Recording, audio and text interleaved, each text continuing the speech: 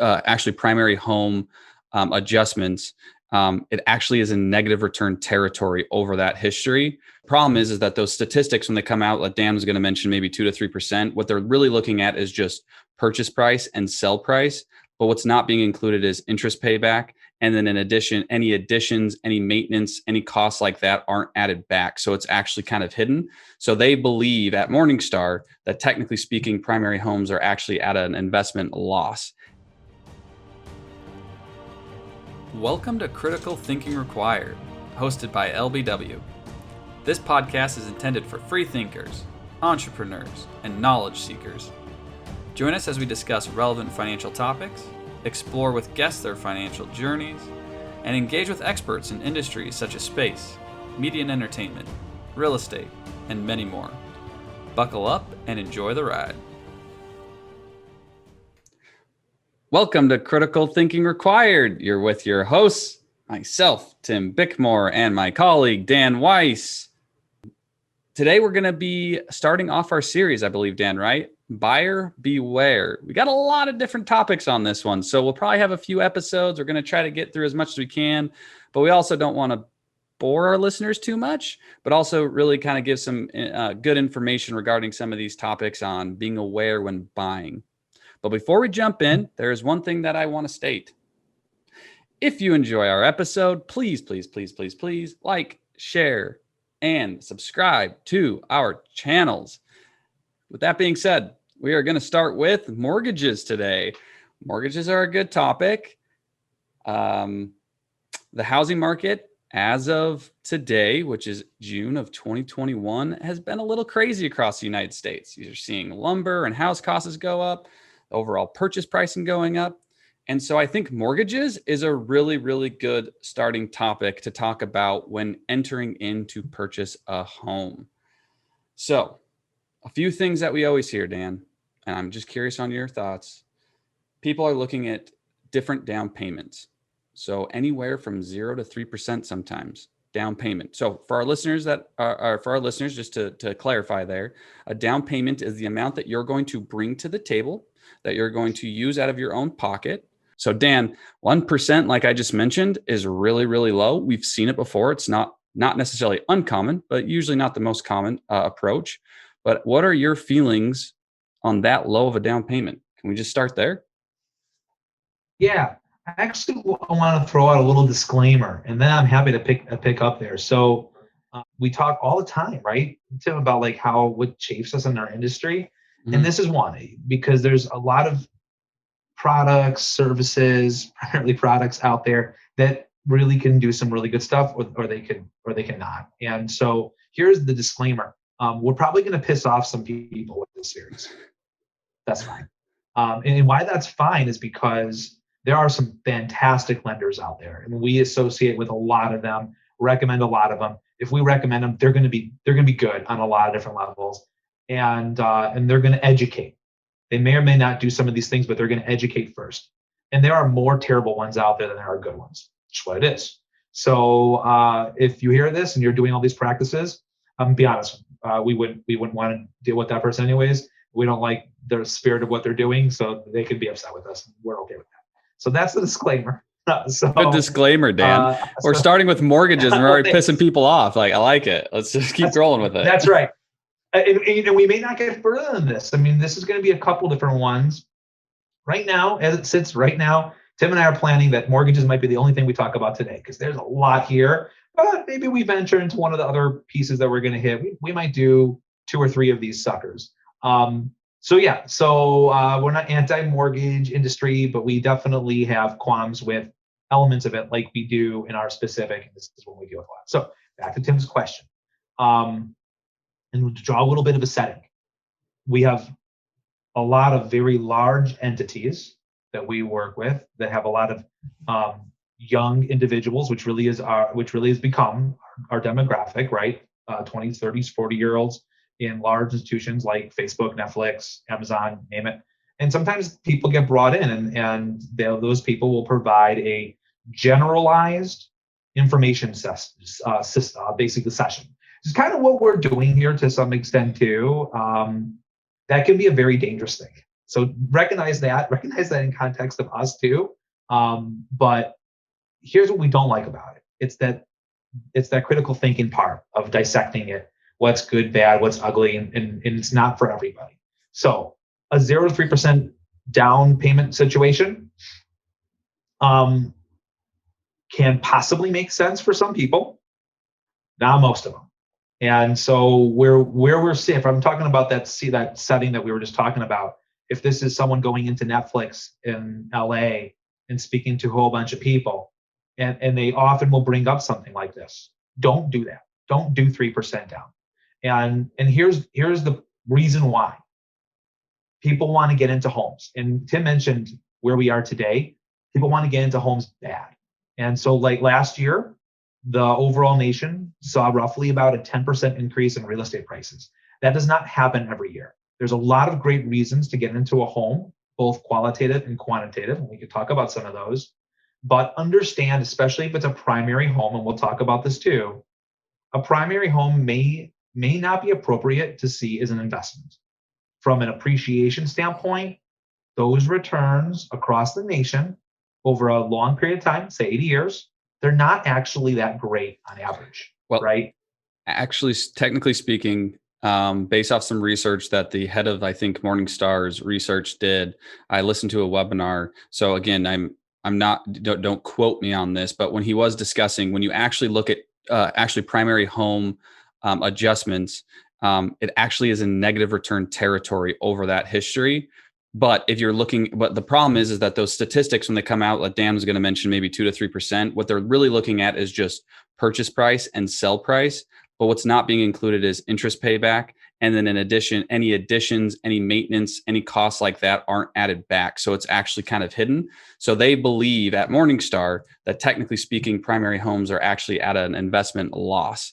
And he actually specifically said if it was up to his wife, he would not own a home. He would not do it, which was very funny because we talk about it a lot. And then he backed it up with some research, specifically speaking to those. And again, I'm speaking of primary residences.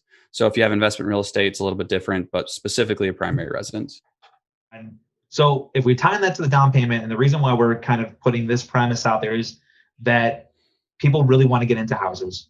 They just do. We're seeing people paying,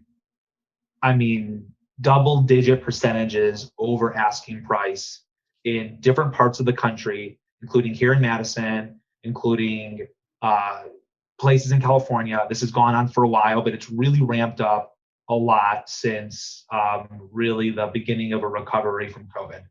And it was a weird year last year. We'll talk about this too, but we've heard from a lot of our contacts that they have read sources. We've seen some of these that state like last year that 40% of homes were bought in cash. And we could talk about how that gets done. And there's some scary components of that too as well. But back to the down payment finally, right? So here's why we say, no, don't do that, particularly in, say, California market.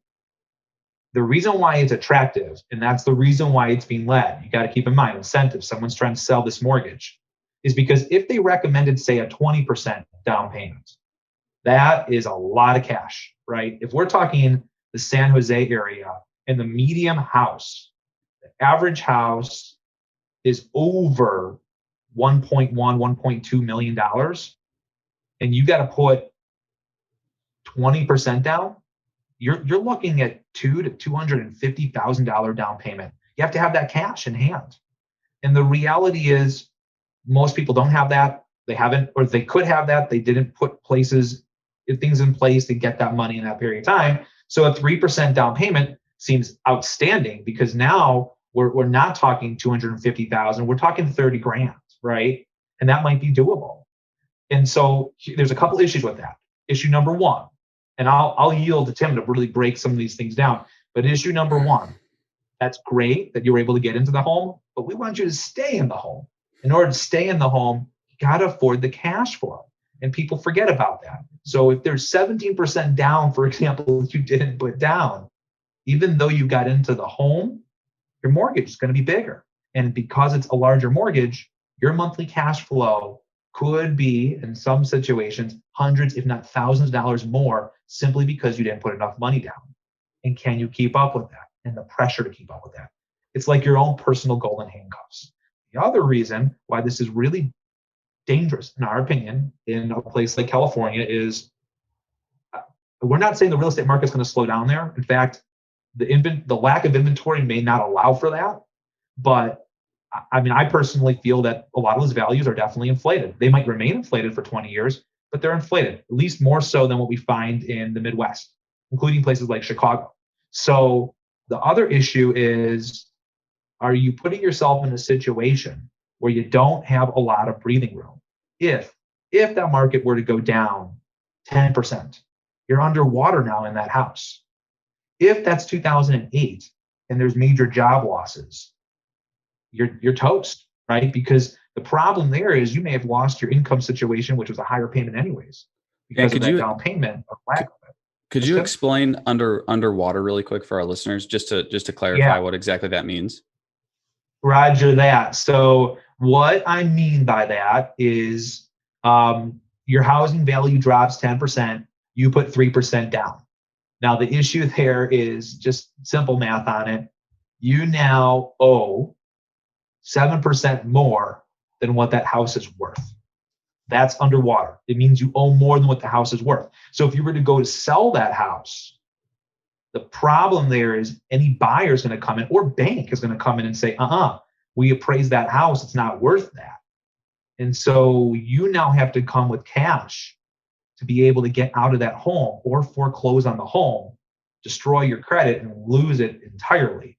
And of course, let's think about this logically. You probably don't have that cash to begin with, because if you did, you probably would have put it down the down payment so you weren't underwater to begin with, right? So that's the issue. So if you don't have the employment to support then the high cash flows, right? The mortgage payment, monthly mortgage payment, because it's larger because the mortgage was larger. And now you need to sell that. I mean, you're in a situation where you're taking a much larger loss that's going to affect your future ability to own homes as well going forward. So we're definitely concerned about the leverage component on that, the breathing room between what you put down and what the house is worth, and just simply affording the month-to-month payments. That's our issue with 3% down. There's other things that come in like private mortgage insurance, known as PMI, which we can talk about. Those costs have actually come down quite a bit, but they're still there. We should talk about what the history is of that as well too.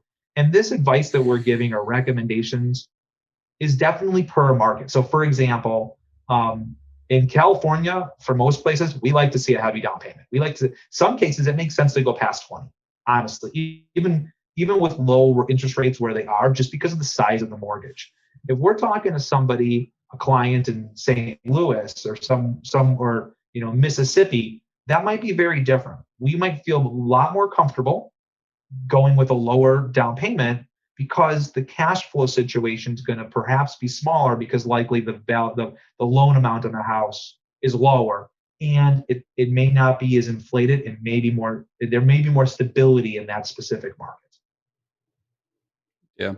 Well, and I think too, to throw out there that our advice is very specific to the individual. So we're talking kind of in generalities. We're not giving specific advice on this podcast, because it really is to the individual on how much you should be putting down.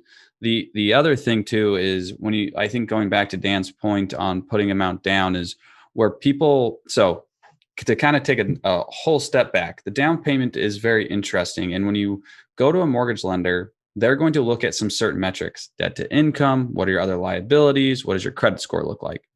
And then they're going to come and be like, Dan, you for sure can own, you could go buy a $2 million home, no big deal. Your income's good, credit score, all that fun stuff. So, but what they're not looking at is they're not really looking at your entire picture. They're not looking at, are you going to be house poor when you buy this house? Meaning you have no excess cash flow, meaning all we're going to do is dump all of our income into the mortgage payment. They're also not looking at, oh, and by the way, for the first, 10, 15 years, you're going to be paying more in interest than you are in principal. And that interest payment, because specifically in the state of California, the mortgage is so high, it's probably about almost as much as your rent. So in all reality, you're kind of renting from me. Oh, and by the way, when that dishwasher breaks and when that heater goes down and that AC goes out, don't call your landlord, you call yourself. You got to go fund that as well. So all of a sudden, you don't start looking at the whole trajectory or the project of buying a home. And so that can be really, really scary. Now, the 20% as well, is what it can do is it allows you to either be protected on the cash flow side, so you're not quote unquote house poor, right? It allows you to then continue to fund other aspects, because someone could argue, well, Tim, let's do 0 to 3% down, and then I'll just add more cash flow to it to aggressively pay down my equity. The problem with that is that, or I mean, it's not a problem. It would be beneficial in the first half of the loan to actually pay it down, because you're going to pay down the interest quicker. And then once you hit a certain turning point, that's when you really want to back off and allow your payments to go to middle. But A, can you afford the cash flows because you put a little down? And then what's probably going to happen is you're probably going to use that money you didn't put down. You're going to put it back in the house anyways, because at those mortgage levels, it's just too high. You have to make a lot of money in order to really to make that, have that make sense. And if it's going to be your forever home, what we would suggest is trying to get that payment as low as possible and redirect those cash flows into more productive assets. Because like I mentioned, technically speaking, based off research, you could say that houses, primary residences, grow anywhere from 2 to 3%. Now, people are going to listen to this podcast and they're going to say, Los Angeles, we've made so much money in our house, or Salt Lake, where I grew up and from. It's insane, the real estate prices and where they've gone. And even the last year, in the last 6 months, they've increased exponentially. It is nuts. But if you still look at it, I think even looking at the house that I grew up in, the return on it's like 4 to 5%, because it's been, I think 30 years since my parents owned that house. So if you really look at over the long time frame, the returns still aren't great, and they still underperform the average of the market, the S&P 500. So if you're looking at it from an investment standpoint, it's really not the most optimal way to go about it, because what's also not being considered, taking my own family's house in for example, sure, my parents bought our house for, I don't know, about 199,000, I think is what it was. Today, if they wanted to sell it, they could probably get, I don't know, 5 to 600,000 for it. But what we also did is we remodeled the basement, we put in new doors, we completely landscaped the area. And so when people see that, they're like, oh, that's a great gain. But it's like, oh, and by the way, we also put a lot of money into the home over those years. So what's our real cost basis? What is that really doing for us? So the down payment is important, and it's important to look at it, but it's really important to look at it as a whole, because Dan and I will say, this is why I'm saying this is general kind of topic, is we could go to an individual and suggest do 10%. We could go to another person, say 20%. That could be based off of income streams. That could be based off of qualitative factors such as, Tim, I want to get into this house and I don't care what it's going to take. Okay, that's your decision, but we're going to educate you on what the impact of that's going to be on other items, other goals. Some people really just want a home. That's okay. We can make it happen. But what you're going to give up is potential contributions to your 401k, 529 contributions to your children. It's going to slow you down in other aspects. And then what it does is it forces you to then look at expenses, bring other expenses down, or it forces you to put in a really bad situation where you have to increase your income, right? And so these levers are all of a sudden being really torn at one another and looking at it from one way or another. So the other hard part, right, is with this is saying, okay, well, Tim, I'm going to make a ton of money on this because real estate prices are so good. I'm going to buy it, keep it for 3 to 4 years, and I'm going to sell it. So Dan, if we're going to do a little bit of a thought process there, okay, cool. That's awesome. Great. Okay. So we bought the house. It increases significantly in 4 years. We sell it. What do we go buy? We just go buy a bigger, more expensive home. So now we roll that equity into the new expensive home because now real estate prices. So what's hard is people are saying like, oh, it's great. It's a seller's market.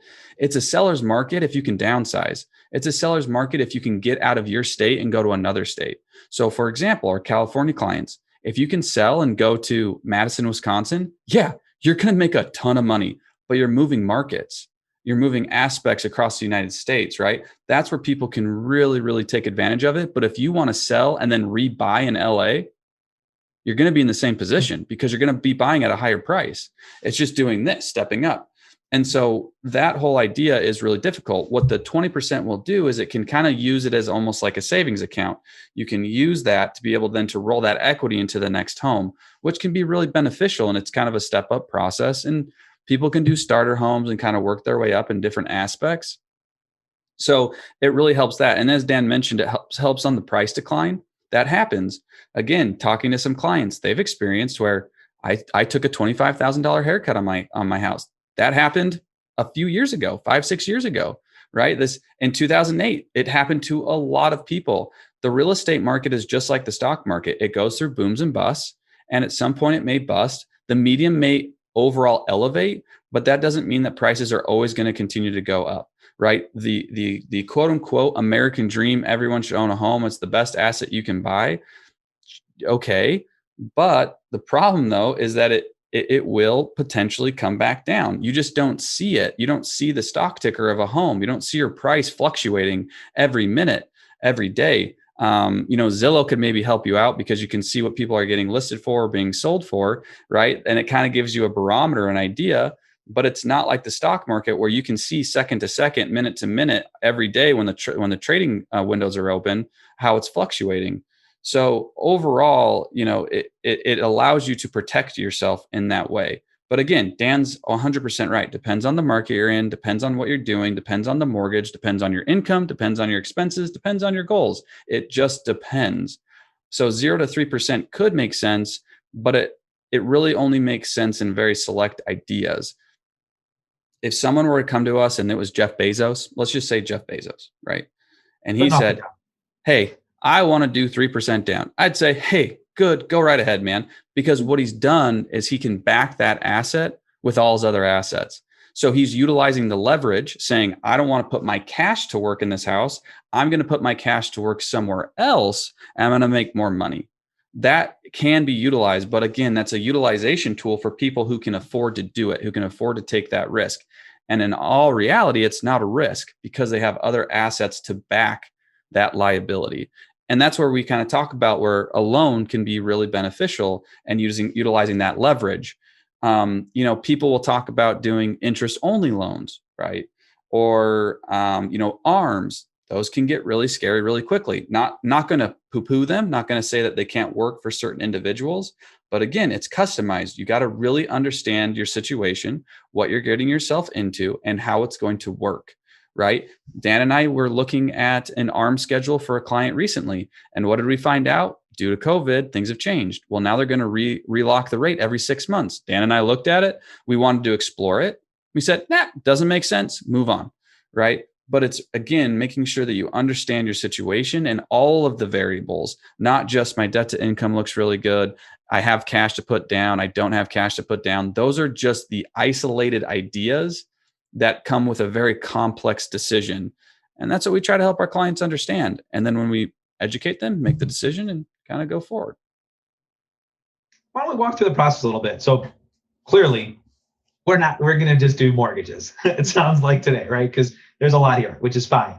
And I think Tim had a number of different things. We should talk about some different kinds of loans, what that actually means, so you know what you're getting into. But why don't we start from day one, right? So what you need to know in this process from a lending standpoint, and I'm channeling my recovering banker past.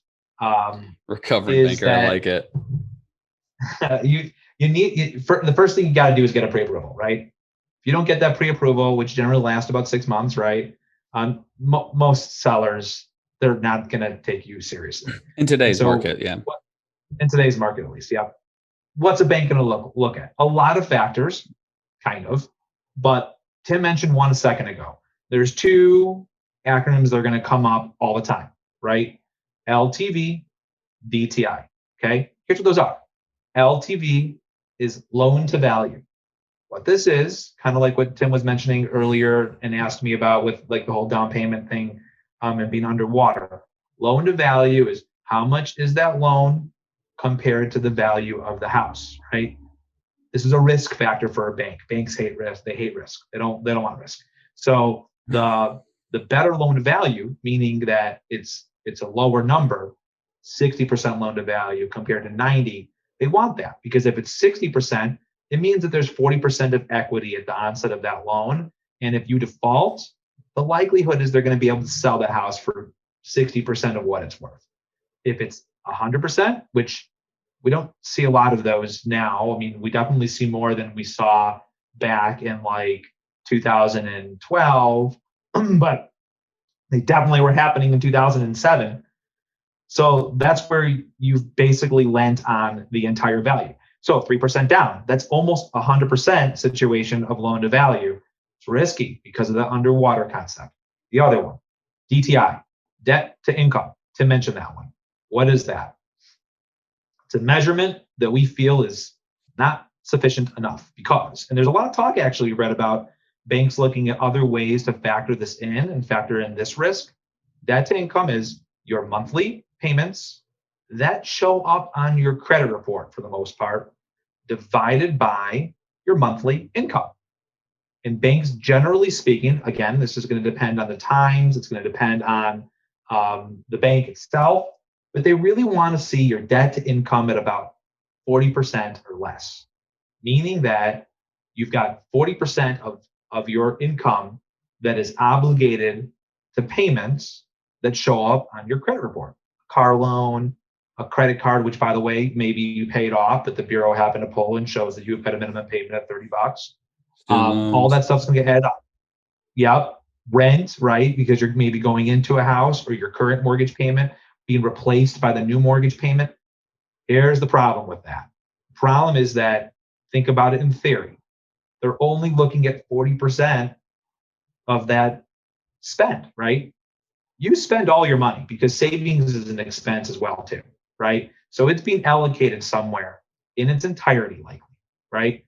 But we're only looking at up to 40% or so. By the way, that's also going to affect your rate, right? And your ability to get approved. But nonetheless, keep that in mind, because what ends up happening in the onset of this process, most people get approved for more than either A, they can really afford, or B, they should actually go into.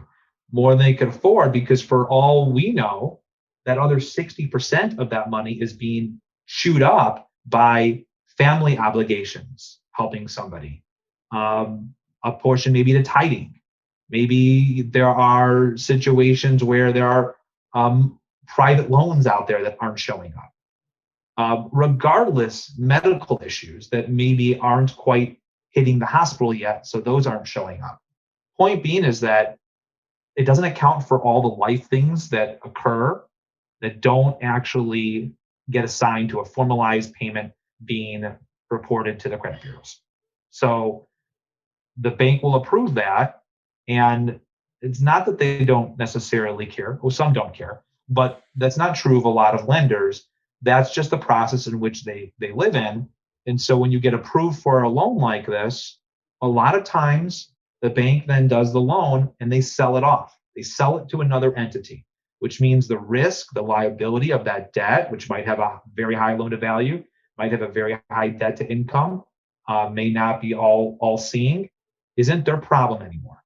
They got paid on the transaction, they got paid on the commission, maybe they're still servicing, processing those loan payments and getting paid for that, but the risk has been removed. This was a huge problem in 2008. So it's very important for a person to understand that, is that because you're now looking at a complete picture, and that picture in my mind is conservative because of that, you're probably being approved for more than what you're actually should indeed spend.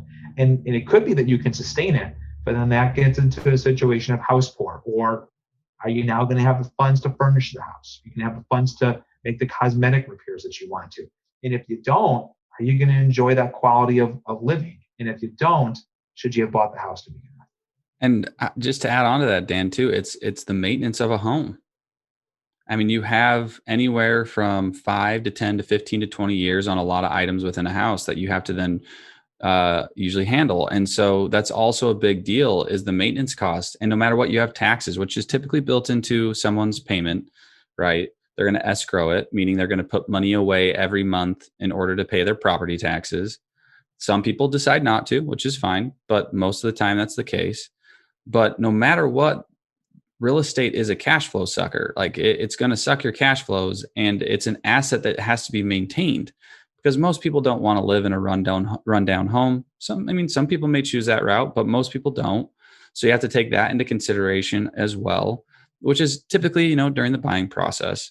I'm just going to shift gears a little bit, because Dan, you nailed that. It was great. I mean, you explained all that, and just kind of go into a little bit of some of the ARMs, the interest only, fixed, all of those fun acronyms and what they mean. Thank you for taking the time to start your journey of thinking differently and listening to LBW talk about stuff they love. Until next time,